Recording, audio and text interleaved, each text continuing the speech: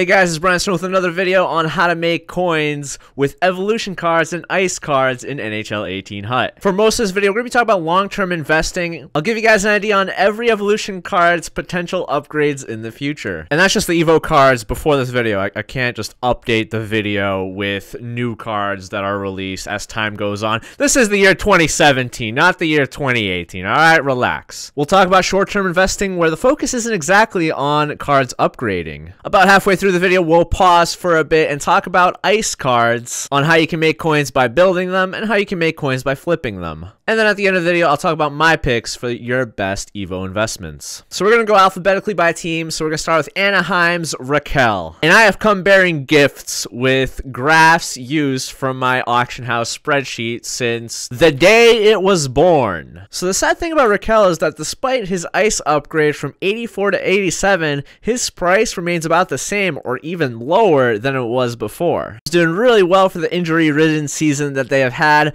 but I expect them to regress unless some of their players come back soon. This season so far, he's also playing better than he ever has, which puts extra pressure on him to continue performing well or go back to expectations. Because of that, I don't see many upgrades for him. Now, Bergeron is an example of a card with short-term investing potential. Look at how his price flip-flops around between 300k and about 400k. If you can find him at his cheapest, you can sell him for a little bit higher. As a card, though, there are going to be plenty of defensive team of the weeks for him. He's a Selke winner, he wins face-offs, but doesn't show up too often on the score sheet, so he's likely not going to get any prime times. Marchand's an example of a card where injuries influence evolution card prices. He's a beast of a player entering elite status the past few years. He's over a point per game player, yet he's only going for this price. He recently got an upgrade thanks to Helper of the Night, but I still think around 200k is cheap for him, and he's a great investment. Expect him to be a 95 plus overall by the end of the year,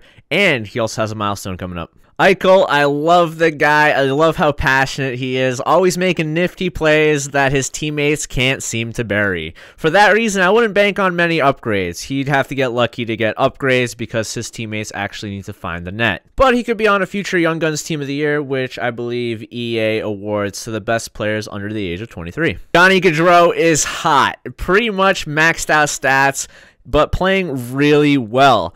More upgrades for him are going to be coming up, even though he doesn't need it. Aho, a young stud playing well on a continually struggling Hurricanes team. Not a whole lot of expected upgrades, but could be a candidate for the Young Guns Team of the Year if he keeps up his play. Kane might as well be a 94 overall because he has 3 milestones coming up, and he doesn't even need to play that well because they're only like 5 points away or 2 goals away or whatever. He'll get them without even trying. While no one can predict prime times, he's a really flashy player, so that works to his advantage. Taves, I think him not getting a nice card is all you need to know about this EVO card. Don't expect him to upgrade all that much. His price took a huge hit as he's fallen behind his EVO peers, and his face-off card is still way better than his EVO card. With Duchesne gone, McKinnon has been lighting it up. The question is, why? You aren't winning the cup?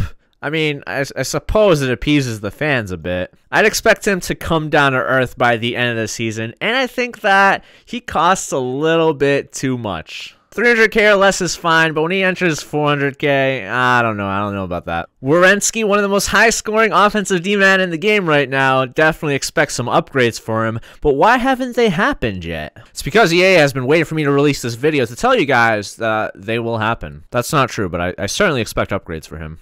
Ben didn't get many upgrades last year, but he's still a solid player that plays really well. Team of the Year boosted him up quite a bit last year, and I imagine it's going to do the same this year. Under 300k is a great price for him. Talbot, the only reason I like this card is because his price is around like 15k, so you can't go wrong buying him. There's no way he's going to go down to 5k, right? All it takes is for him to get 1 or 2 upgrades, and maybe he'll go back up to like 30k or something. And EA likes goalies for prime time, so all he needs to do is actually just make 1 save. Draisaitl is a card I don't think is getting too much love. Started at like 160, 170k, now down to about 80k. We saw what he was capable of last year. Now he's having a bit of a sophomore slump, but so are the Edmonton Oilers. If you believe in the Oilers like I do, expect them to come back and expect Draisaitl to do a lot of the work. I think he's a great pickup for the price. McDavid, you already know he's going to get 99 overall. Why do you need my opinion? But this is a good time to warn you guys about these cards that cost over 1 million coins. His normal 94 overall card, I can't remember if it was his Ice or his Prime Time, goes for like 10 times less than the cost of this EVO card. That card's already pretty much maxed out. Why would anyone pay a premium of 900,000 just for some minor boosts? Barkov has been playing extremely well on a struggling Panthers team, almost a point per game player. Expect many more upgrades from him. Kopitar has been playing out of his mind, helping carry the LA Kings. 38 points in 32 games. He is having a solid season. He will definitely be getting more upgrades, primarily in Team of the Week and Helper of the Night. By the end of the season, expect him to get a milestone card as well. I just don't like the stats of this card, to be honest. Quick has also been playing out of his mind, just like Kopitar. Expect him to get upgrades as well. He's also near a shutout milestone, but would the upgrades really make a difference on his price? I'd say not so much. Doughty, you can't have the LA Kings without Doughty and the other two guys I just mentioned right before. He has 2 milestones coming up in assists and points, easy upgrades. Otherwise playing on a hot Kings team. Carey Price also playing extremely well since his return from injury, but the same argument for Quick is the same argument for Price. Duran, I love this card and I can't believe he's plummeting in price like this. There's a lot of him out there on the auction house, so his price is low, but he's a decent 87 overall card. Now that Montreal's on the rebound, look for Duran to help them out and get a few upgrades. Rene is kind of in the middle of the goalies. With the recent acquisition of Kyle Turris for Nashville, they've been playing really well. He's also near a win milestone and a shutout milestone, though 5 more shutouts may seem like an eternity away. I don't know, I wouldn't really worry about him for his price. Yossi, a new evolution card, so we don't really have a price on him, but he's a great player and expect a few upgrades from him because of that. I don't think many people are doing the set on his week, so there's not going to be many of him out there, which means he'll probably be too expensive to invest in. Subban, Jesus Christ, it's like his price is going through like a bouncing pit of balls or something. He's a great candidate to buy low and sell high at the right times. Outside of that, he started off really hot, but not as much over the past month. Regardless, still a great player with many upgrades ahead of him. All right, let's take a break and talk about ice cards for a little bit. Starting off by making them, and making coins by making them. So, if you guys were unaware, you probably should be aware that I have an auction house prices spreadsheet that tells you the price of almost every ice card and a lot of the more important base gold cards. It also tells you the price of gold collectibles. So if you take this price, 35K, you apply it to a base gold card. So let's say Bobrovsky for 6K. This was as of December 11th, so this was a while ago. But point is, do this like on the current day and see what you can get. So 35K plus 6K is 41K. If I go over to Bobrovsky's ice card price, it's 55K, which is a profit of 14K minus tax, blah, blah, blah, blah, blah. That's good. You should do that. You should do that with a bunch of other cards like this. But make sure you double check prices before converting golds to ice, and keep in mind that people may not buy even at the lowest price. And you can do this with a bunch of other cards. So Crosby 77K plus like 35K, that was 112K. His ice card goes for 120K. That's still some profit right there. Similarly with some of these other cards. So, good luck, have fun. Alright, you can flip these ice cards similarly to how you flip normal cards. And those tactics are mentioned earlier in the series of 1K to 1M+. So I look around for this Nicoletti, I'm going to look around for an Eichel, a Yossi, and I see one card that is way lower than the rest of their cards. And these are just easy 3, 4, 5K profits that could be made off of this one card. And if it doesn't sell, then I'll just go a little bit lower and I'll still make a profit. Not a big deal. Lots of people are unaware what these ice cards go for, so they'll be throwing them up for a lot cheaper than they really are. These cards can even be up on the auction house for quite some time. So don't worry about trying to find these steals within like 10 seconds of the cards being put up.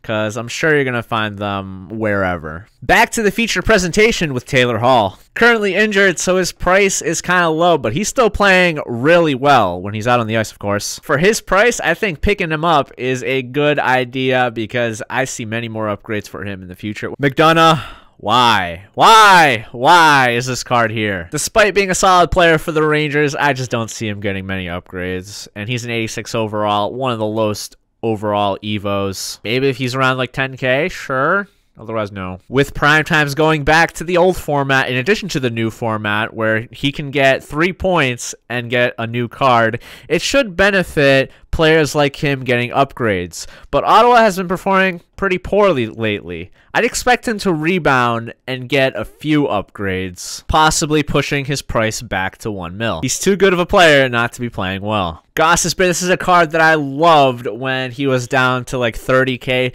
but now that his price has gone back up to like 70, 80K, it kind of, that's a good price for him, honestly. Philly has been turning it around, and Gostisbehere loves his offense, so you could get a few more upgrades. Giroux, similar idea with him, except he's going for a crazy price. I love his face. I love his card. Face-offs are really high for his EVO card. His voice even sounds like mine. Does it still? I don't know. Point is, his price is a little bit too high right now at around like 500K. Gensel.